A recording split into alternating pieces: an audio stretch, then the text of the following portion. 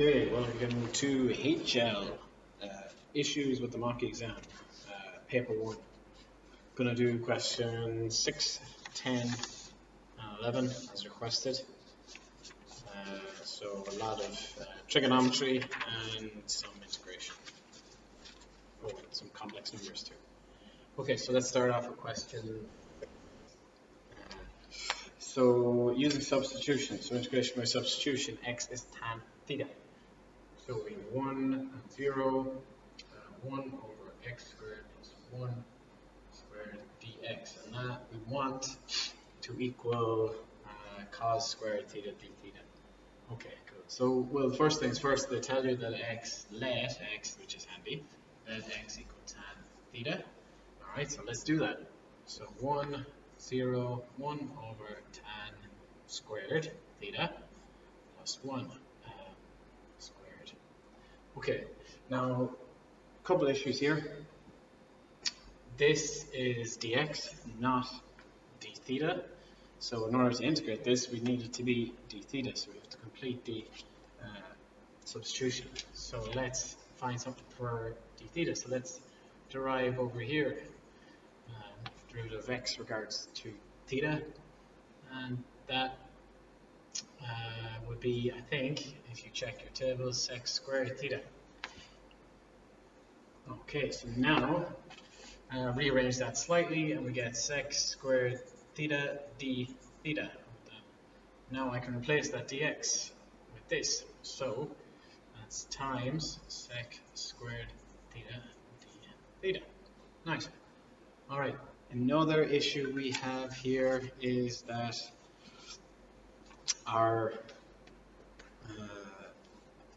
integrals here are not in x, or not in theta form, they're back in x form. So let's address that as well. This is kind of rough work over here. Let's address it over here. We know x is tan theta. We've called that at the start. That's our substitution.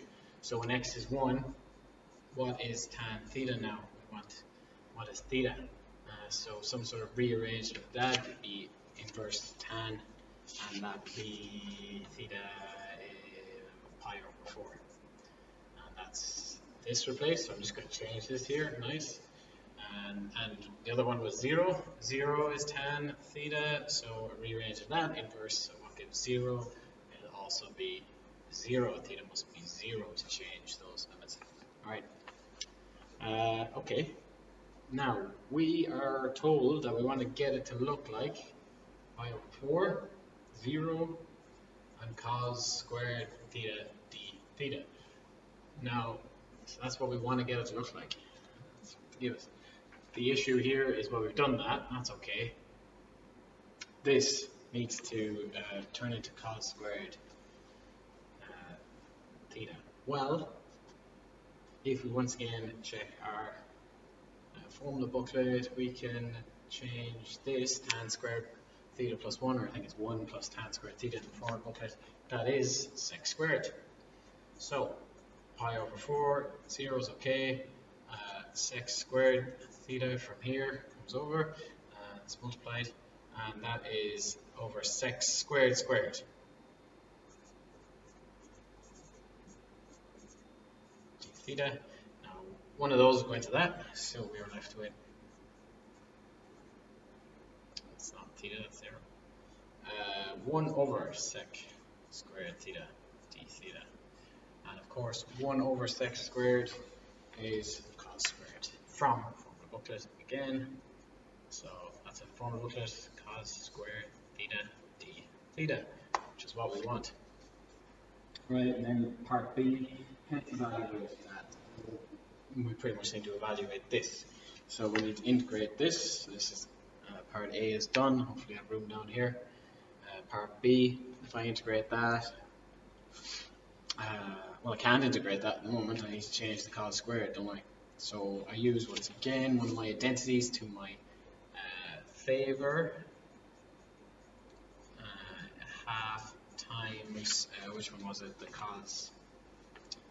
So instead of 2, we're going to half it. Cos 2 theta d theta. That half can go outside, of course. It's multiplied by a constant. now we can integrate. We can integrate this and that.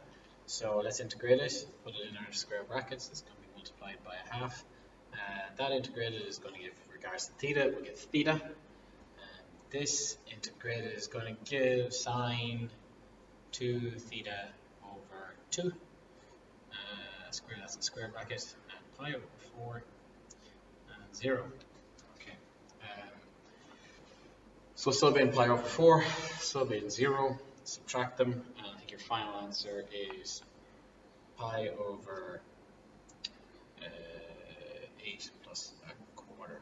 I presume there's no difficulty finishing that off. So that's question 6. So as expected, a tricky short question. Question 6, 7, and 8 are usually quite tricky. Question 10 then. Okay, that's done.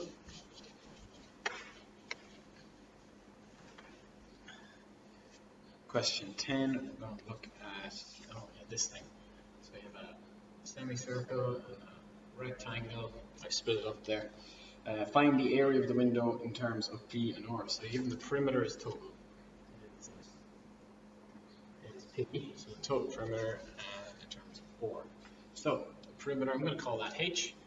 I know that length, that'll be 2 or from there to there. Call that H. So the perimeter in general would be 2 H's, 2 R's. That's that one. And of course, using circumference formula, the circumference would be 2 pi r, but this is only half a circumference, so it's just pi r. So that's the perimeter. P in terms of H and R. Looking for the area then.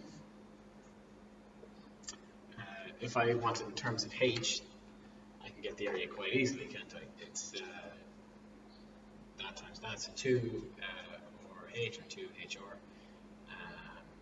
plus half pi r squared.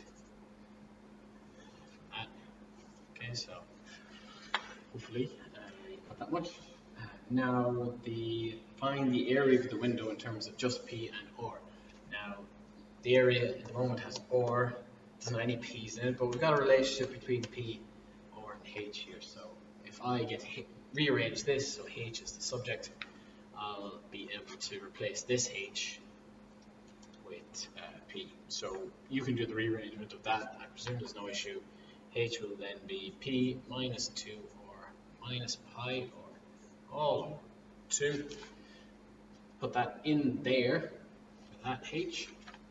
And you can end up, when you tidy it up, the area will be P or minus 2 or squared minus pi or squared all over 2, or some form of that. Maybe some factorizing could be done with or.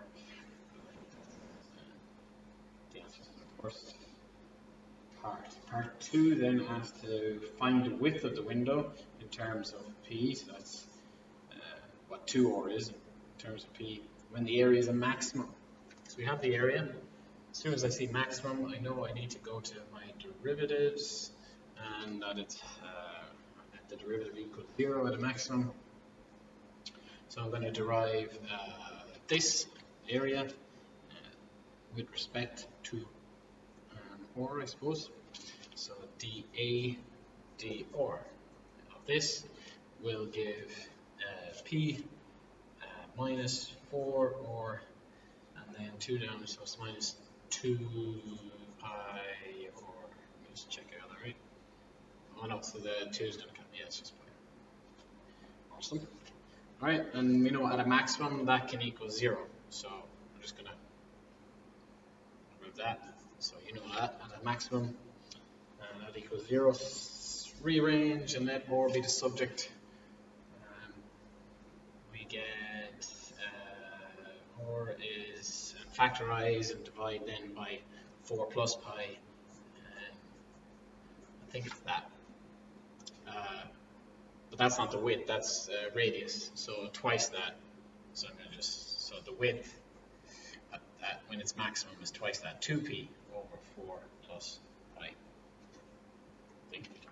Alright, how would I justify that? Well, I would derive again and show that it is less than 0. So derive this.